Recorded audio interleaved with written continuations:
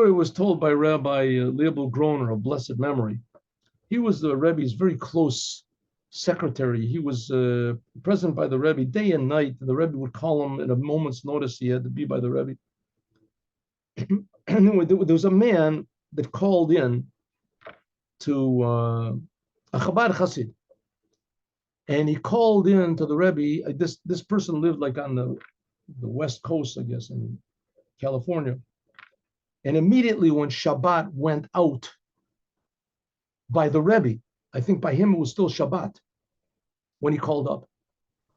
And he said that his wife had a stroke on Shabbat, when Shabbat came in. In other words, 24 hours earlier, 20 hours earlier, because I think it was still Shabbat by him. His wife had a stroke, and that he wants the Rebbe to pray for her. She's in the hospital in serious condition.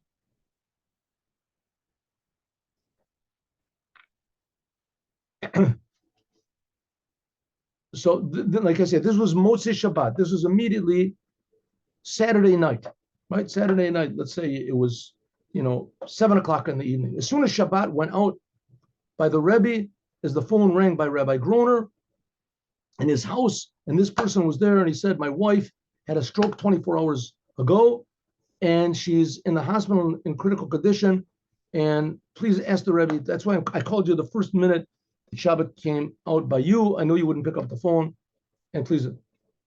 So he said, okay, I'll tell the Rebbe. And so he went in, informed the Rebbe, or gave the Rebbe no answer. No answer. So the man called up again. Any answer by the Rebbe? No answer. It called up a few times that night, no answer. In the daytime, he called up again, no answer. Later on, the next day, this is like, 48 hours after his wife had the stroke. So he called up again. He was calling up like every hour, every half an hour. And Rabbi Groner said to the Rebbe, is there any answer for this person? And the Rebbe said, ask him, right? His wife had the stroke on Shabbat, let's say 7 o'clock in the evening by him. And they took her to the hospital immediately, and she was in critical condition, right?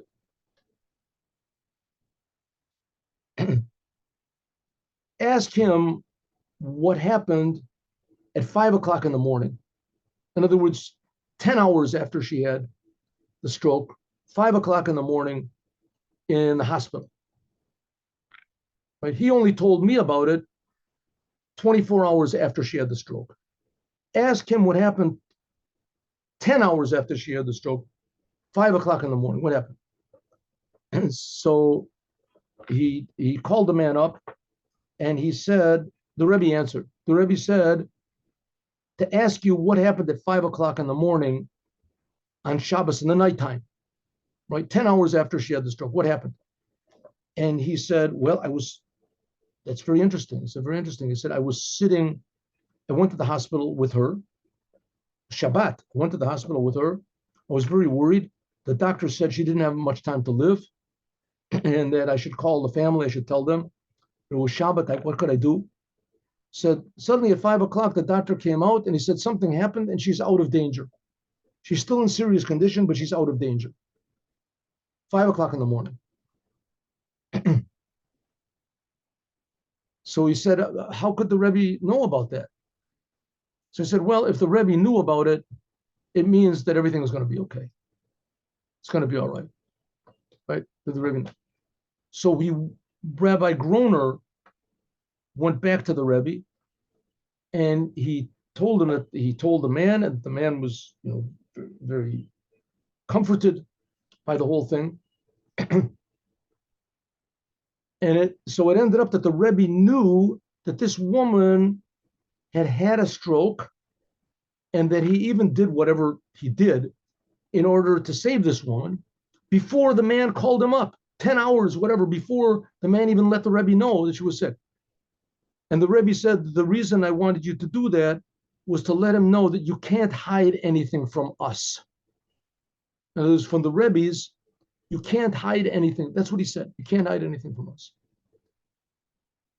So somehow or other, the Rebbe knew this woman had the stroke, and he even did what he did to heal her before he was actually physically, normally told about it.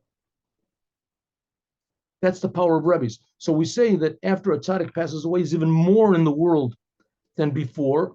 How the Rebbe could be more in the world now than he was before, I have no idea, but it certainly is so. So it's another comforting thing to know that we have a good friend. And that's the idea of Mashiach, that he's going to heal all of the Jewish people. And that's what the Rebbe is going to do immediately. That's what we need now more than ever is Mashiach. Now, and just by the way, I just want to say one small thing. Everybody's talking about, Bibi Netanyahu, he spoke and he said, and he this, and whether is he right? Is he good? Is it great? It was terrible. Was this or that? Listen, my friends, I mean, you can listen to anything you want to. It certainly is better than watching any of these movies or whatever.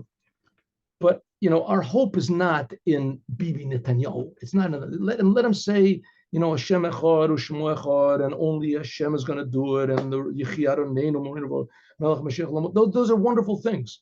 Those are good things. A lot of things he said, what do you want from the guy? He's going to say, God is our the Savior, and God is our helper, and God is, So what he says or what he doesn't say, he's not the problem, and he's not the solution.